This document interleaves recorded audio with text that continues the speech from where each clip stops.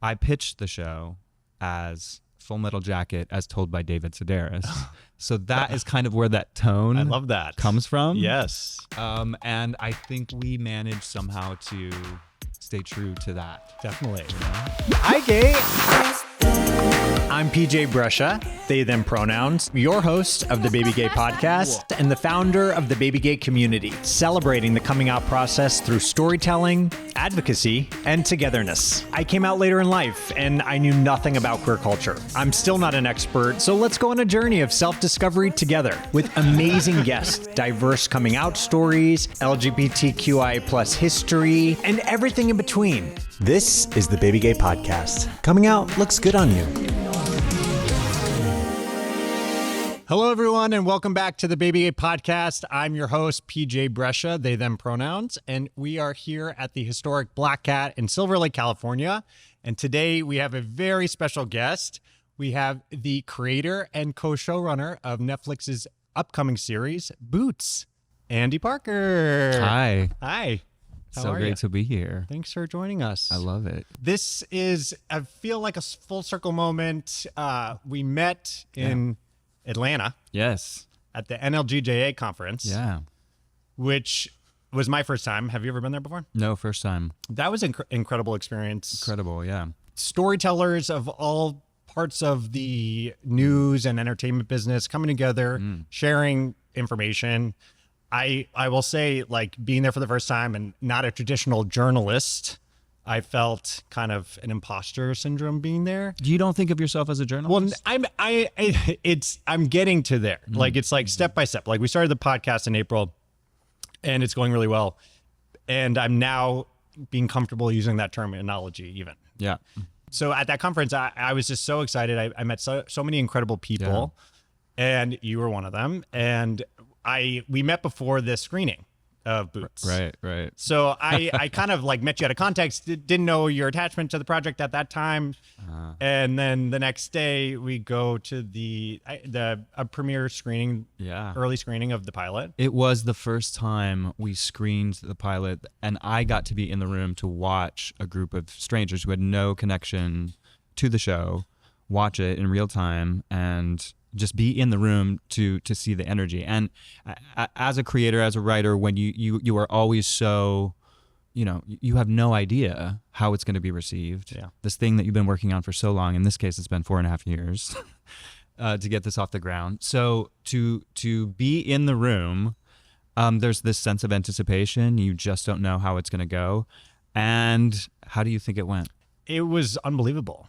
Honestly, I was blown away. Like, I was so impressed with the storytelling, with the acting, with the setting, with this. It's set in the 90s, and I was transported back to the 90s. Like, I am so excited for everyone to see this, and I'm not just saying this. Like, I am truly so excited because it is a story that we need right now. I feel like it's one of resilience. It's one of diving into the unknown. I can relate. I can speak for myself. I can relate with the protagonists joining the military because they feel lost in their life. And not that I joined the military, but like just that feeling of kind of not knowing where you fit in and exploring and trying something. Yeah. It was exactly what I hoped for in terms of a response from an audience. And it was a friendly room, I must say. It was a group of queer journalists who I think queer people are going to like the show. I think they're going to see themselves in the show. I think they're going to feel seen and understood. But at the same time, there's always that apprehension, like, well, what if it's crickets? Right. What if we put something out into the world and it's just not received? But I was so blown away by the reception and the love and the genuine, I don't know, there was so much heartfelt, I think, response to because it's a very strange tone, this show. It's a sort of blend of heartfelt, harrowing. There's some scary moments, but it's a funny show at the end of the day. It is. It is actually like we're taking people on I think an emotional ride that kind of runs the gamut. So I think the intention for the experience of watching it is that you're gonna laugh, you're gonna cry, you're gonna have gross out moments, you're gonna be shocked and horrified, but you're gonna go through this catharsis at the end of the day with our main character and with the rest of the ensemble. I mean, I would say I didn't expect it to be funny, and it's hilarious. Like from the jump, it's people are laughing, and I think that brings levity and lightness to such a heavy experience. Yeah. Let's go to the origin of this project. Yeah. So there was a memoir written by Greg Cope White called The Pink Marine, and that had been optioned by Norman Lear's company. And Greg had actually had a friendship with Norman for a number of years. And through Norman's relationship with Sony had optioned the book, and they were looking for somebody to adapt it.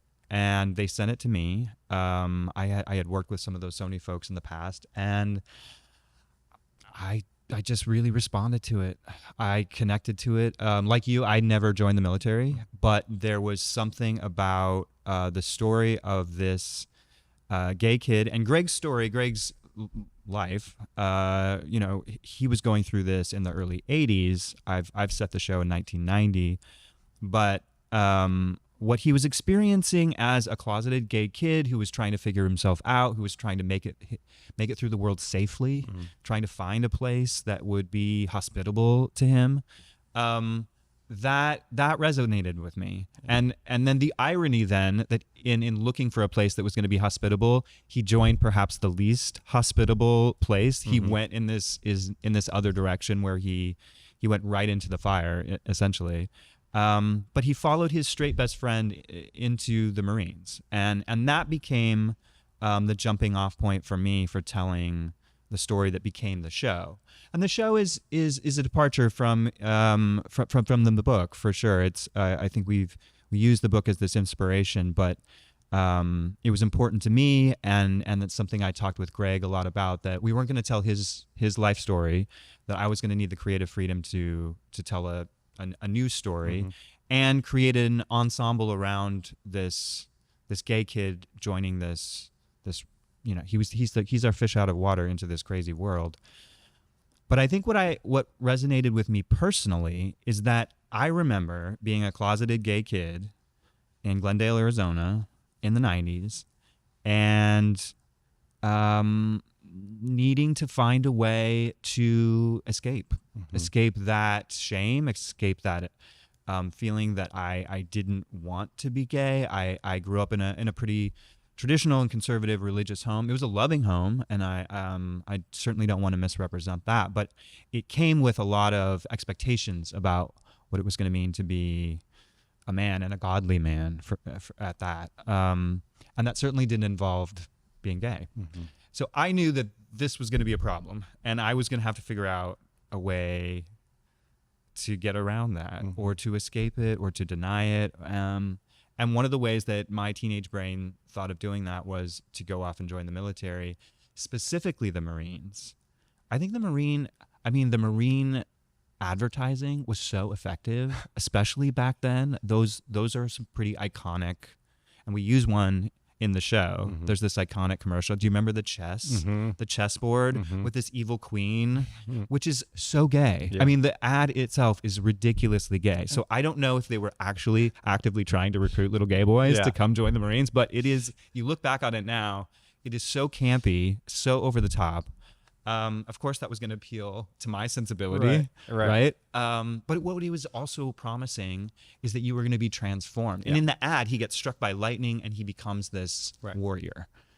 You know, there was no better way to define your masculinity, to prove that you were a strong man worthy of honor, than to go do this. So I had a Marine recruiter over in my house talking to my parents about why it would be a good idea to go join the Marines. And it's not that my parents were it's not that they were opposed. They were just like, like, this is different. They certainly weren't anti-military or anything, but I don't think that they saw that as my natural path.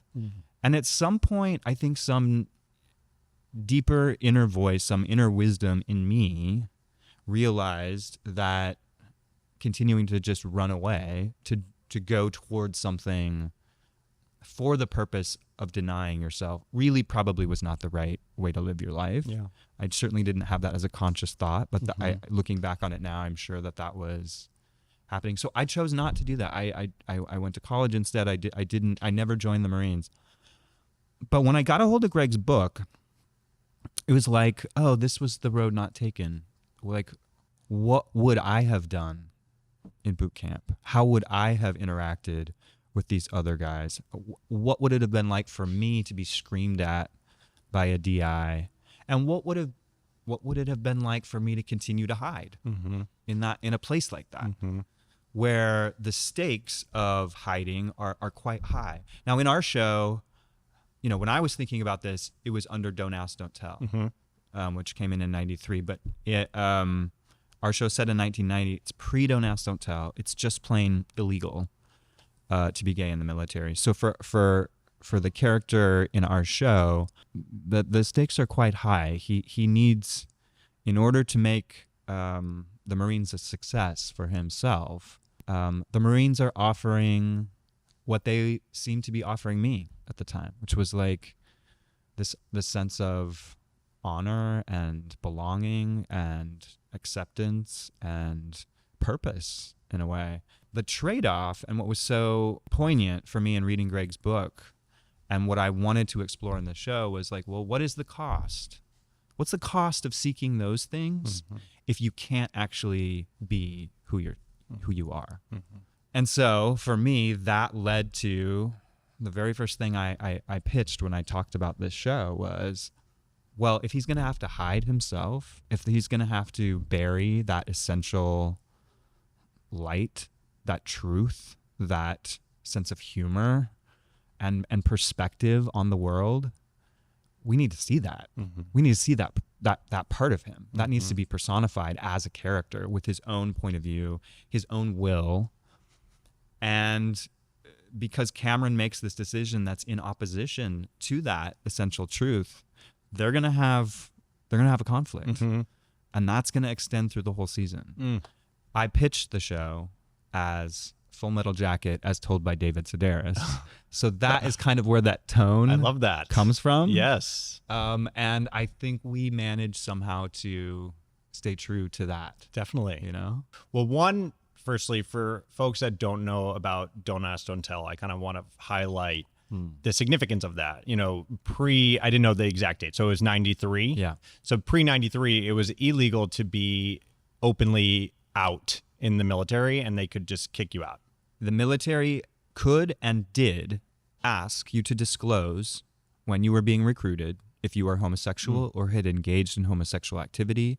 I mean, they could get pretty intense in terms of, they also asked about drug use, they asked about criminal record, all those things, but homosexuality was lumped into that group of like unacceptable things that you couldn't. I'm just curious, what was the fear about it? Was it that you would be distracted? I think that the conventional sort of argument, I think that was made by the military or those opposed to queer service members, was that it would somehow affect, they always use this word, cohesion, unit cohesion, that it would create this other element of tension somehow within the unit, and that a unit's cohesion and its harmony was really like fundamental to how it would operate. I wouldn't disagree necessarily. I mean, having never been in the military, that sounds reasonable to think that cohesion is a good idea. Right. But the idea that having a gay person in the midst of that is the thing that would create disharmony is the false logic, right? Is the thing that has now been disproven. It is not borne out. That argument has been disproven. In 93, it's interesting now to think back on how Don't Ask, Don't Tell was originally presented as like a progressive compromise, right? That this was a progressive move. Yeah. So now the military was no longer allowed to ask, right? So in the recruiting phase, they couldn't ask. They could still ask if you used drugs, but they couldn't ask if you were gay. But that meant the other side of that equation was that you couldn't do anything that would indicate that you were gay. You couldn't talk about it. You couldn't bring a partner to an official event, for instance. And if anything came up where it was like clear that you could still be outed under that policy and discharged. What's particularly cruel, I think, in the time period that our show takes place, those people who were outed, who were removed from the military, it wasn't done in a polite and dignified way. It wasn't well, maybe this isn't the place for you. We're gonna give you a honorable discharge and your full pension and everything. You were stripped of all those things. It was a really grotesque and cruel way of doing it. And I think what we are seeing now in the current administration's approach to trans service members is applying that same kind of cruelty. Yeah. That there's just an added level of disrespect to say, not only do we not want you to be serving, we're gonna rip it away in this really aggressive and punitive and dishonorable way. Yeah. We're making a story that needs to be told because the record of history is what it is, and we need people to understand what it was like back then, and it's still a really fascinating way into the Marine Corps and the world, and to watch a queer character go through that experience. But we did not know that there was going to be a new resonance. Everybody's process of developing and making a show is different, and that's both the blessing and the curse of working this business, is that nothing is ever going to be the same. You're never going to make the same show twice or go through the same process. In our case, like, we started in the pandemic. We had to do the writer's room virtually on Zoom. But we still managed, even through that, to have a real bonded, great experience. There were 3 Marines in the writer's room. It was very important to me that the show be as accurate as possible. We were going to, of course, have to take our own liberties at times, but in order to honor, I think, the respect and respect the people who have actually gone through this and served, it was very important that we include be rigorous in our making sure that this felt accurate. I wanted anybody who had been through Parris Island, which is where boot camp is, Marine Corps boot camp is on the East Coast. I wanted them to go like, yeah, they pretty much got it. Yeah. Like, this feels right. And we got into production, and pretty quickly the writers and then actor strikes hit, and that shut us down. I just have to say there are certain projects you work on that come to you, and you just have a certain feeling about that. And I don't know if it's like I think it has a lot to do with the material itself and how connected you feel to it. But then there are all these other things, the people involved, the fact that, like, Norman Lear, who is, I think, 99 years old when we started this process, was the godfather of this. Incredible. There are certain things that sort of, I don't know, lend a kind of, I'm going to sound stupid to say magic, but there's a kind of little dust that's sprinkled over. And so even when these really difficult things happen, when you think, like, how are we going to recover? Because there were shows that did not come back after the strikes. Yeah. We could have been one of those shows. Yeah. But we persisted. We came back after the strikes. We eventually got back into production, back in New Orleans. So we ended up, because of that sort of protracted timetable, we ended up shooting 2 consecutive summers in New Orleans, which I do not recommend. Adds really authentic flavor to the piece. The sweat is real. Yes. The sweat is real. Yes. I will speak to, I've only done 1 short film, and even creating that project, it felt like it takes a million miracles to finish it and to make it good. So when a piece like yours is phenomenal and it's a full series, like, it really is, the stars are aligned. And I'm a little woo-woo, and I would say that, these setbacks maybe are hold periods. I believe that they happen for a reason. And it's aligning for when the story exactly, it needs to be told at its right time. And I just really feel like it's going to resonate with people right now. I think you're right. I've come to accept that kind of thinking. Yeah. I think that, all of these things that in the moment felt like really devastating, that like to be shut down for the strikes, to not know if you're going to come back, to have to retool some things once you get back into production, but I agree that there's, in the end, I think in the case of this show, that has all felt a little serendipitous, that there was a purpose for it. Like things just want to be bad, right? When you make something, they just want to be bad. Totally. So what you have to do is like just give everything to make it like less bad, right? And like hopefully then keep working toward making it actually something that's good and something people will love. But it's an effort. Yes, I do. I mean, we need to kind of highlight Norman Lear and how incredible icon producer of television he was. Yes. Can you talk about working with him? Yeah. So that was an unexpected gift in part of this process, and I'm jealous of Greg that he got to have a true friendship with Norman. I didn't get to know him as well, but he was this champion of this thing, and to know that his blessing was over this, his guidance was over this, and that it was coming from a place where the rest of Norman's canon, right? The rest of his groundbreaking shows, which were sort of culture defining in their day, all of them spoke to this theme of expanding the American story. Like who gets to be included in this narrative? Who gets to be part of this? All of them were expanding that. And I think when I talked to Norman originally about why I would want to be the one to do this show, I said, I think one of the things that this is about is who gets to be counted as an American, who gets to be included in that.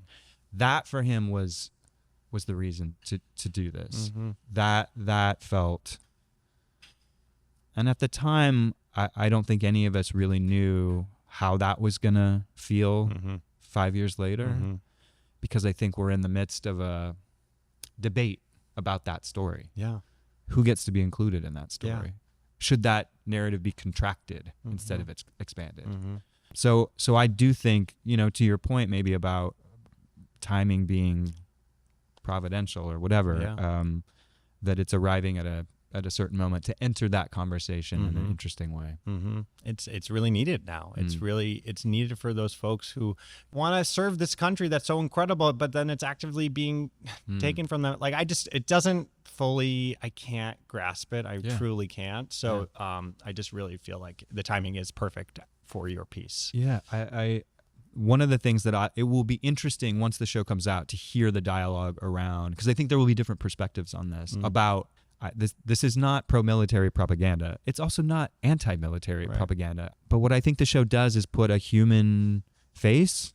They're not just Cameron, our main character, not just his story, but not to give anything away, but his story intersects in a very powerful way with another Marine, and what that person is going through. I think sheds a light and a very particular, poignant way on the cost of what these policies do to people, how they affect them emotionally and psychologically, and then how they distort the institutions themselves. It's not good for the Marine Corps to do these things to their people. And I hope that's also part of the discussion, especially as it now relates to trans members and their service. Something that really stood out to me also when we were watching at the NLGJA was just from the Q&A, just hearing the perspective of the cast and Greg, and just how it really resonated to everyone. Like you could sense that there was this magic in this project, and this is not just your typical set. Like there felt like, and maybe it's the subject matter, maybe it's, I'm sure there is, I want to hear about this, like the training that goes involved into portraying the military, I'm sure is pretty intense on its own. So, well, let's talk about that, and I'd love to hear about the casting process and all of that. You're right. There's not every show has the same sort of esprit de corps and a sense of camaraderie and in a way it kind of living out of the themes that are being portrayed in the show. Right. And I think that's been something that's been really just delightful and unexpected to watch, that as we watch this group of young men form this brotherhood on screen, that was actually happening. Right. Like, and part of that is because the things that they're going through as actors portraying these characters are tough, are also obstacles that recruits in the Marine Corps have to endure as well. So there was significant training. We had 3 Marine military advisors on set with us who put them through their paces, who helped them both in terms of like the physical activities, but then like the technical stuff. Like, we there's a very important part of being in boot camp is the time you spend on the rifle range and becoming a rifleman. And so there was a lot of technical training around that. So at every stage, we made sure, again, to make sure that there was a lot of accuracy, and that we were being safe, and that everybody was protected. And at the same time, we wanted them to feel, to a certain extent, what it's like to be under this duress.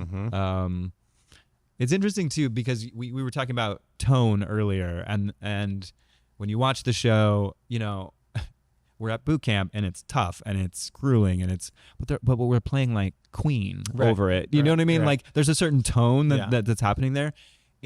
Our actors didn't really know fully like what's going to be on screen. So in their experience, somebody's just screaming in their face, right? That doesn't feel humorous, right? But then you watch it and in context, you're like, oh, I didn't know that was funny. Like that's actually a funny moment. Right.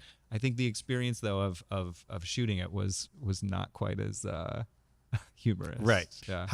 Tell us about the casting process. Yeah. I mean, we were what a dream to be able to get Vera Farmiga, and that was, Netflix allowed us to go in pursuit of a big actor like that, and I'm so grateful that we had the ability to do that. And she read the scripts and was on board. She got it. That's amazing. And I don't think she had done all of that much sort of comedic stuff. I don't want to portray her, because in the season, her arc really takes a sort of dramatic turn. But especially in the first part of the season, I mean, her scenes are really funny. But she always, and one of the benefits of having such a gifted actor like Vera is that she's always grounding this in a really real, relatable, even though this character's quite over the top. Right. She's fantastic. As far as the rest of our guys, it took us a long time to find Cameron, which is kind of crazy now because Miles Heizer is so perfect. Just like automatically. Yeah. Like, of course, Miles Heizer.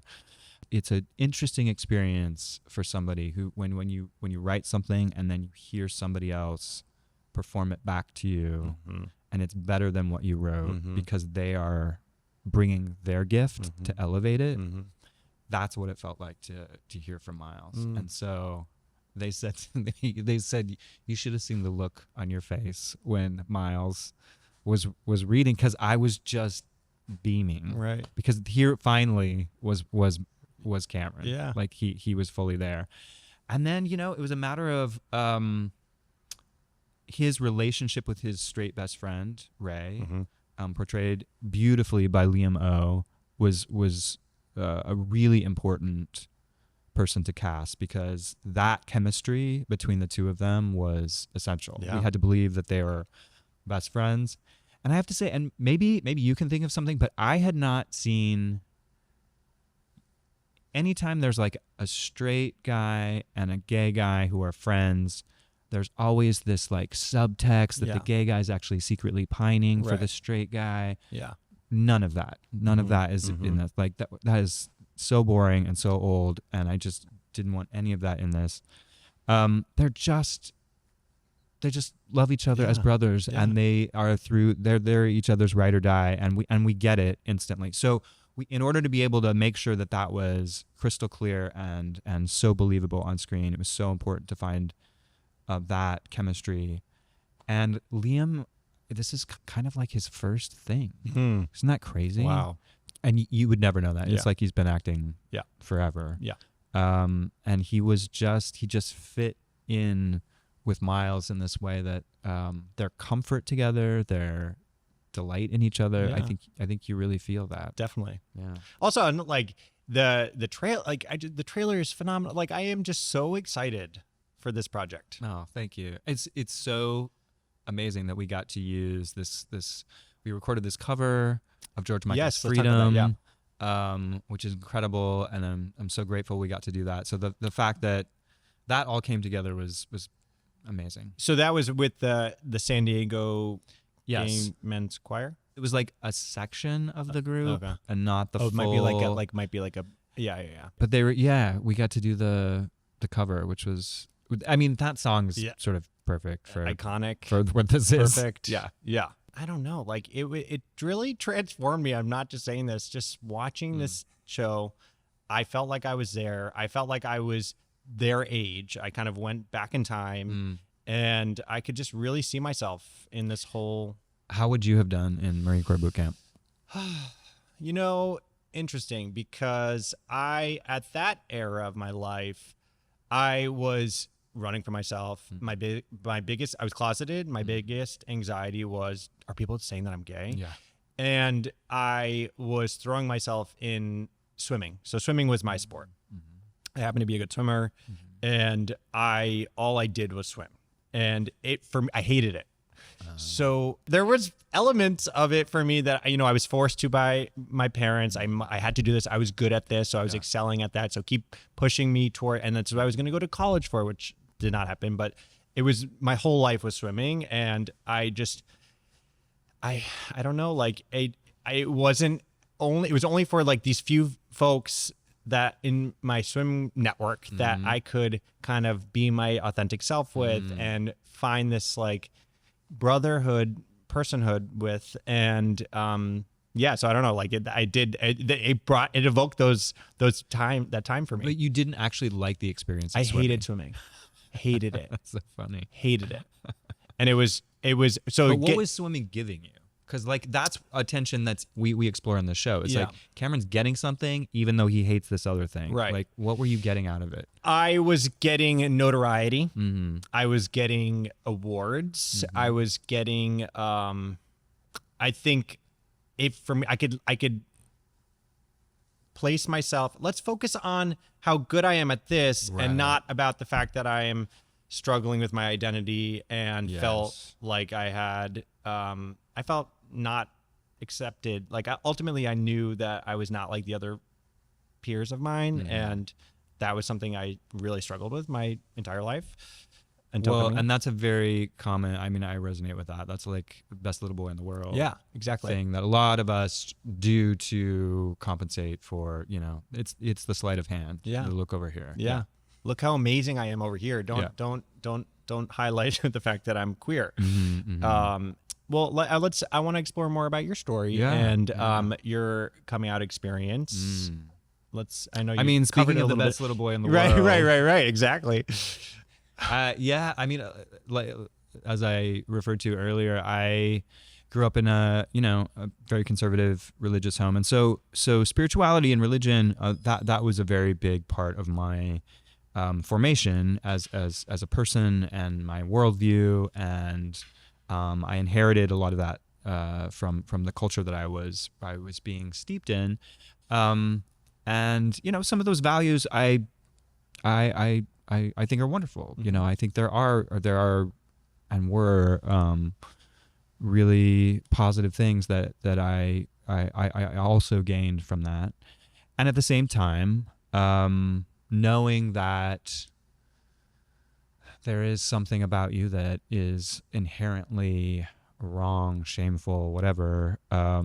That there's a number of ways you can go with that. You can reject it out of hand, or you can find a way to accommodate. And and pull it back on yourself, right? And say that I'm the problem and I'm the thing that needs fixing and I need to change. And I think that's the route I was taking. I think that's why I was flirting with the Marine Corps. I think that's why, I got very involved in spirituality even when I was in college, and really trying to find a way to I don't know, outrun this. So it took me, as a result of that journey, it took me a long time to come out. I was 27. I had gone to grad school in New York, and that's when I finally came out to myself. And I think there were a number of things looking back that had sort of contributed to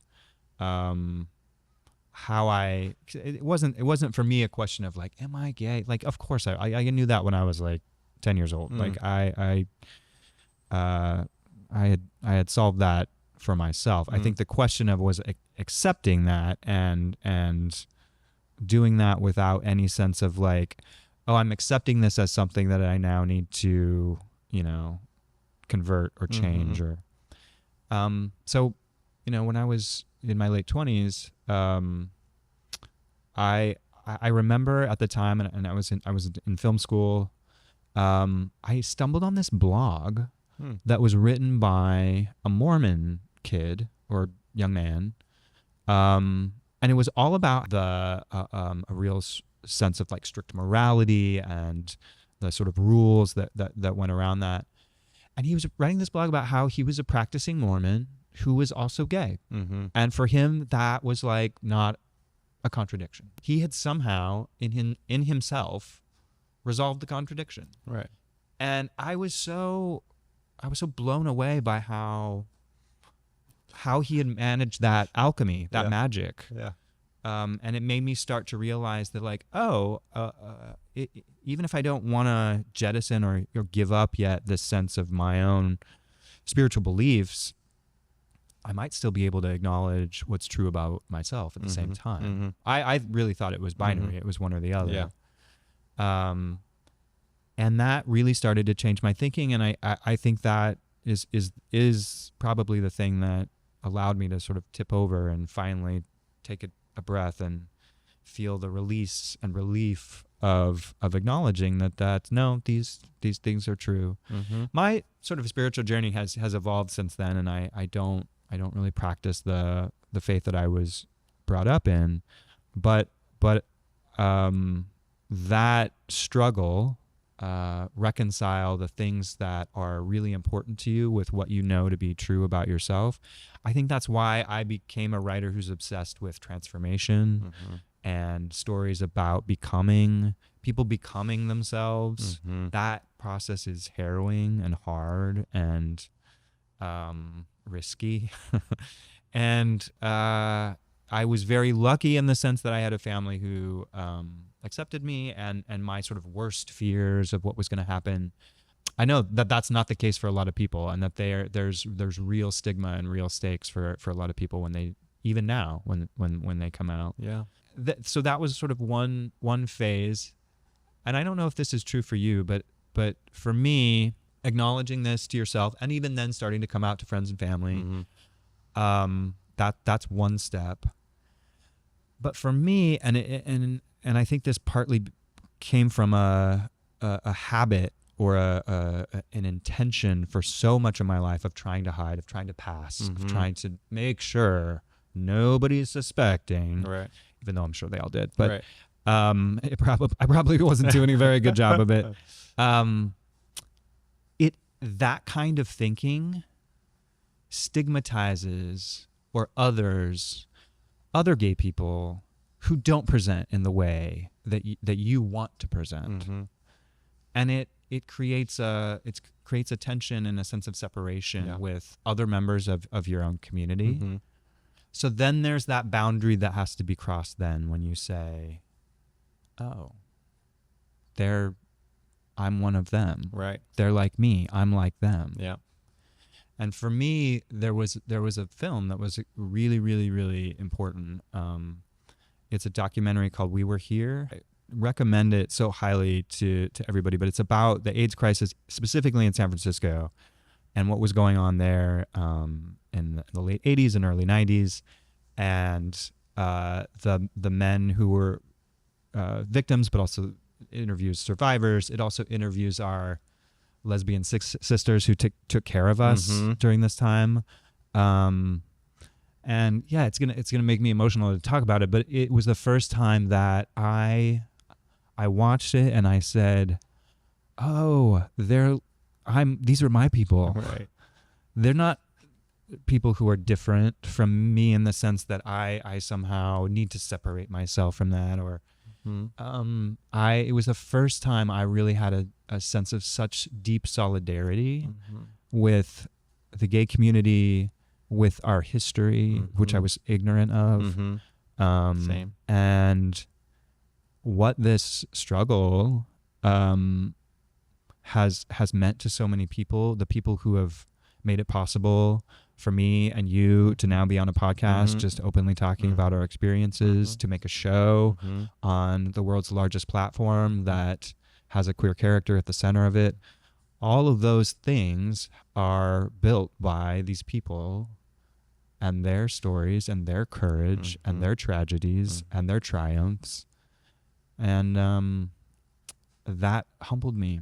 And that feels to me like the final moment of coming out, when you acknowledge that this is where you belong. To bring it back to where we are right now, being here at the Black Cat and the history, these folks back in the 60s, for this one in particular, risked their lives protesting for queer rights. And that is something that I also, pre-coming out, knew nothing about queer history, knew nothing about what it took to get where we were and where we are. And I mean, something that I do feel like we need to continue to do is highlight the strength of those people. And because we're at this place where it's scary times, and some can say we're going backwards, and it is now where we currently need to step up and fight for our rights. Like, I know it sounds corny, but it's like it's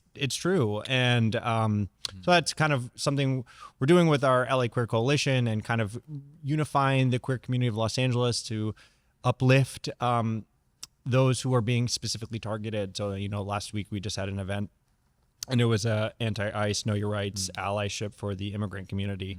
And while it wasn't specifically for the queer immigrant community, it was for the community being currently targeted. And us as queer people understand what being targeted is like. So we need to help those who are in need. Yes. And I do feel like us even just sharing stories and being vulnerable is doing our part. I hope that's what the show does. Yeah. I hope it allows people to see themselves in these characters. I think because it is this ensemble, I think there's a way for many, many, many people, many different kinds of people, to find an entry point to the show. And then hopefully beyond that, understand that, because so much about the show is about somebody seeing another person and seeing what happens to them is actually echoing or reflecting, or something is happening with them as well. There's many moments in the show where people you don't think have anything in common start to realize that there's something there that holds them together. I love that. And it's something going, not to bring it back to the conference again, but like it was something that I felt where I went into this conference and I felt like an imposter, and I kept meeting all these people who were saying the exact same thing. And I was like, oh yeah, we are all humans, and all of us feel scared, and we just want to be a part of a community. And I love the queer community so much, and I am so grateful to be creating these spaces. And I don't know. I think it's needed, and I'm so just grateful for the work that you're doing, because I think that being able to give people a platform, to give people spaces to share these things, to talk about these things, to be more aware of our history, I think that is really needed. I'm curious, because you mentioned pre-coming out, you knew you were gay. Was there a world in which you were going to stay closeted? Like, is that... Sure. Yeah. I mean, that's what I was trying. That's what I was attempting, probably badly, for quite a while. Yeah. And you just reach a point when... Well, I don't know. It's not inevitable. There are people who are still living that tension, and I don't I don't wish that on anybody. Yeah. And I think part of the journey of what I want to explore in the show is like what that feels like. Live in that tension, and it's unbearable. It becomes unbearable. And there will be a breaking point, and there will be consequences. And that was an alternative. I could have gone that direction. Yeah. I feel sad for that person. And it's like, yes. When you're living your authentic self, for me, I'll speak for it. I just feel this alignment, and it's like, it's a clicking into place where things will just start to happen in this beautiful way. And you're like, oh my God, like, this is what living authentically is like. Like, I've not been doing this for 27 years. Like it's, and I think until you release that, you don't realize the energy expended exactly to keep it going. Literally. You don't even understand the toll it is taking on you. No. Or how it's leaking out in your relationships with other people. Yeah. Which I think is also something we explore in the show, that just how having to hold that secret, how having to keep the world at bay, to keep intimacy at bay, starts to warp and distort you. And it prevents you from receiving what real intimacy is, what love is, or what the world wants for you. Exactly. And your real purpose. Yeah. Going to writing specifically. So my project, BabyGay, I learned so much about myself through writing. And it was also really interesting that you talked about when I was writing in that period, things that I was writing would start to happen in real life. And I was like, this is so crazy. So I'm curious. I'd love to hear your journey with writing. I was always that weird kid who was always just like coming up with stories in my head, but I wanted to be an architect for a long time, and realized in my first semester of structures class that was not for me, and what was missing was narrative, was story. And yet I still love structure. So I think that's what led me back to TV and film, actually, and that's why I'm not a novelist or a poet. I like this is the medium for me, and I think part of being a writer, I was talking with a writer friend just the other day about this, is that there is this tension between the procrastination and puttering and like, oh, I have to go buy an ottoman. It's like, no, you don't. Like, no, but you're doing anything you can to like prevent yourself from having to do the hard work of sitting down. But also there is work being done in that. There is in the back of your brain, you are churning through these story problems and working up the courage to finally sit down and face them on the page. But you can go too far with that, and then you have to eventually sit down and face the page. So like I'm working on something right now, for instance, and I'm in that process where there's the give and take between the time away from the screen and then sitting down in front of that computer and actually getting the words on the page. So beyond that, I have no, like, it's an organic fluid. I have no idea how it happens. Yeah. Somebody once asked a playwright whose name I'm forgetting now, like, how do you come up with your ideas? And he just said, I think of them. And profound. There is something that's like glib about that, and also like, that's kind of just how it is. I sometimes get to a finished screenplay and it's like somebody else wrote, like I don't have no memory of the process of having gotten here. Isn't that amazing and incredible? Yeah, it's a little bit of an out of body experience sometimes. Yes. I would start to get, and this is always I feel like it's the universe testing me, because I would be like just getting in bed, like falling asleep, almost asleep, and this amazing idea would pop in my head, and I was like, do I get up and write it down and be happy about that, or do I just go to sleep? That's why you have to have the little thing by the bed. Like the little, yeah. But it's, I mean, I do feel like these ideas will just come out of the blue, and you're like, oh my God, that's incredible. Yeah. And being open to receive them is the key. Yes. Yeah. So I was learning, when I was writing BabyGay, it was basically, I used that project as like my grad school for writing, reading books. And something that was great for me is I also like structure. And so I would force myself, which was difficult often, to first thing in the morning. So I would get up and then just write for 2 hours, first thing. And it got to a place where that, it was initially very difficult. Then it got to be something that I really looked forward to. And sometimes I would go into these sessions and just have, I don't know, I have nothing to write. And then it's like 10 minutes in and you're like, and it's just like flowing. Like, is there any type of like? Oh yeah. I mean, when you achieve that, like there's always the stages of pulling teeth or banging your head against the wall or whatever you want to call it, where you're just like, you're convinced that you've lost whatever talent you may have had in the past, that this is all, you're a fraud, and like all of those. I've had to realize that that's also part of the process. Yes. Is like that self-doubt and loathing is part of it. And then there is like this moment of breakthrough sometimes. It will always come eventually.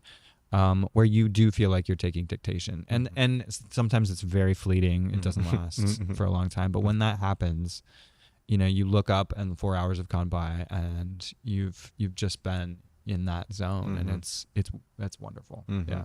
What advice do you have for young writers starting out? Read a lot. Like read it's so easy now to get your hands on screenplays and scripts. And one of the things I think is neglected in screenwriting classes and in even discussion of like how to write a screenplay or how to write television, there's a lot of people pay a lot of attention to structure and dialogue, which is also, of course, essential. You should know how to do that.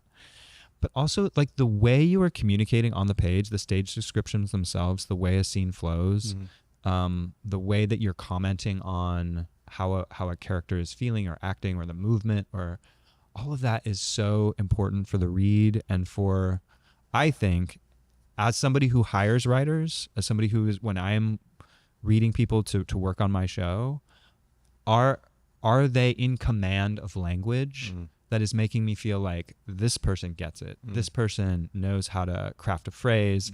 They know just the right economical way to express the right thing, because that's what you're aiming for in a script is economy, right? You want the fewest amount of words, but you want the right words. It's a little bit like poetry in that way. I find that the best scripts flow in a kind of way where I'm not missing a beat. I'm not like, wait, is she at the table or is she at the kitchen? No, you know exactly what's going on, and yet I've been led in a way that allows me not to get in the way of the logistics, but to feel the emotion of it.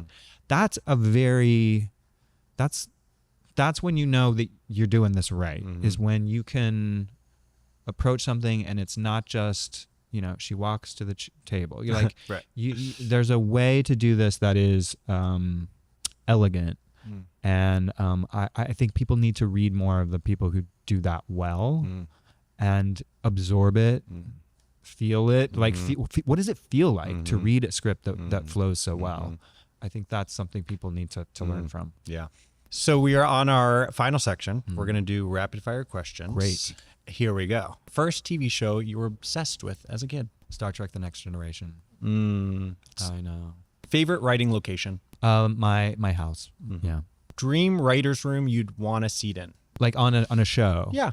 Oh my gosh, Friday Night Lights. Yeah. Yeah. Yeah. Best writing snack? Pretzels. Line from Boots that makes you laugh every time? It's that one Barbara says when she goes. She says, I resent that. I resent that it has something to do with. And she just like points to herself. I crack up every time. A book that changed how you thought and how you think about storytelling? Wow. Alexander McKendrick's On Directing. It's great for writers and directors, but it's a fantastic book. He also directed my favorite movie, which is Sweet Smell of Success from 1957. If you weren't a writer, what would you be doing? Pass. Yeah. That is a true like answer. To be in this business, it's like you can't be doing anything else. It's like, I'm so incredibly lucky that I get to do the one thing that I think maybe I have a shot at doing. Yeah. That's amazing. A comfort rewatch when you're stressed? Good question. Comfort rewatch. Bridesmaids. Yeah. Agreed. Just watched it on the plane yesterday. Yeah. A Norman Lear show you'd reboot if you could?